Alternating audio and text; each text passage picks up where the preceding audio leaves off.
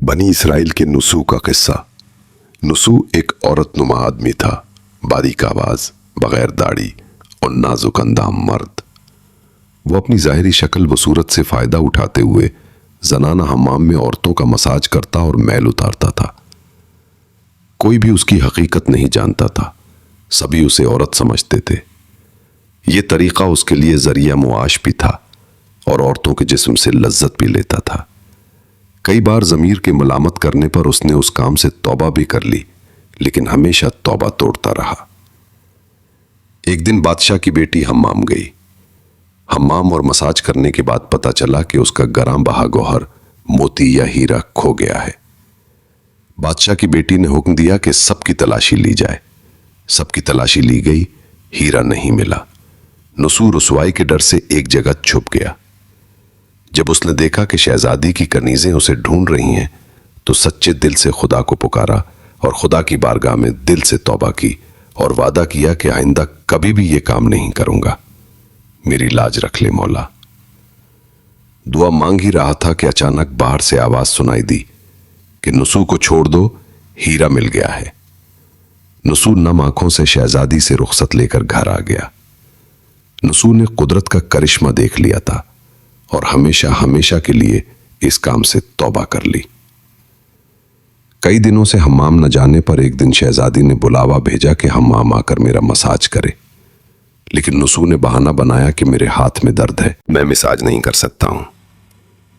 नुसू ने देखा कि उस शहर में रहना उसके लिए मुनासिब नहीं है। सभी औरतें उसको चाहती हैं और उसके हाथ से मसाज लेना पसंद करती हैं।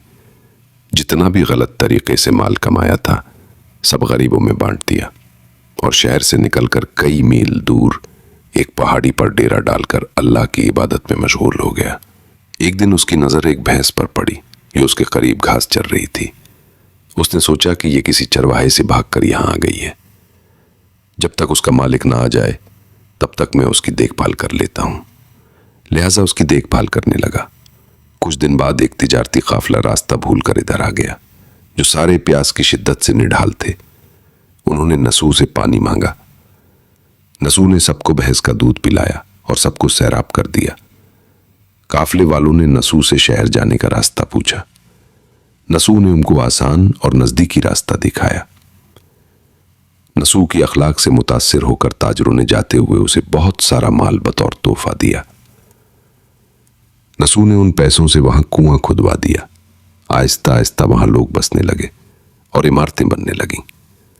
वहां के लोग नसू को बड़ी इज्जत और एहतराम की निगाह से देखते थे। रफ्ते रफ्ते नसू की नेकी के चर्चे बादशाह तक जा पहुंचे। बादशाह के दिल में नसू से मिलने का इश्तियाक पैदा हुआ। उसने नसू को पैगाम भेजा कि बादशाह आपसे मिलना चाहते हैं, मेहरबानी करके दरबार तशरीफ ले आए। जब नसू को बादशाह का पैगाम मिला, उसने मिलने से इनकार कर दिया और माजरत चाहिए कि मुझे बहुत सा एक काम है, मैं नहीं आ सकता। बादशाह को बहुत ताज्जुब हुआ, मगर उस बेनियाजी को देखकर मिलने की तलब और बढ़ गई।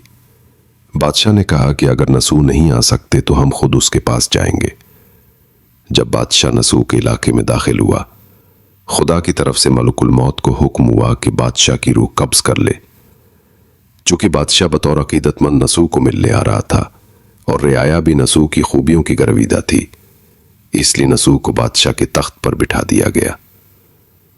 नसू ने अपने मुल्क में अदल और इंसाफ का निजाम कायम किया। वही शहजादी जिसे औरत का भेस बदलकर हाथ लगाते हुए भी डरता था, उस शहजादी ने नसू से शादी कर ली। एक दिन नसू दरबार में बैठा लोगों की दादरसी कर रहा था कि एक शख्स वारिद हुआ और कहने लगा कि कुछ साल पहले मेरी भैंस गुम हो गई थी। बहुत ढूंढा मगर नहीं मिली। बराए मेहरबानी मेरी मदद फरमाए। नसू ने कहा कि तुम्हारी भैंस मेरे पास है। आज जो कुछ मेरे पास है वो तुम्हारी भैंस की वजह से है।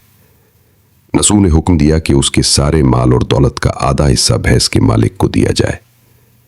वो शख्स खुदा के हुक्म से कहने लगा, ए नसू, जान लो, न मैं इंसान हूं और न ही वो जानवर भैंस है, बल्कि हम दो फरिश्ते हैं, तुम्हारे इम्तिहान के लिए आए थे। ये सारा माल और दौलत तुम्हारे सच्चे दिल से तौबा करने का नतीजा है। ये सब कुछ तुम्हें मुबारक हो। वो दोनों फरिश्ते नजरों से गायब हो गए। اسی وجہ سے سچے دل سے توبہ کرنے کو توبہ نسو کہتے ہیں۔ تاریخ کی کتب میں نسو کو بنی اسرائیل کے ایک بڑے عابد کی حیثیت سے لکھا گیا ہے۔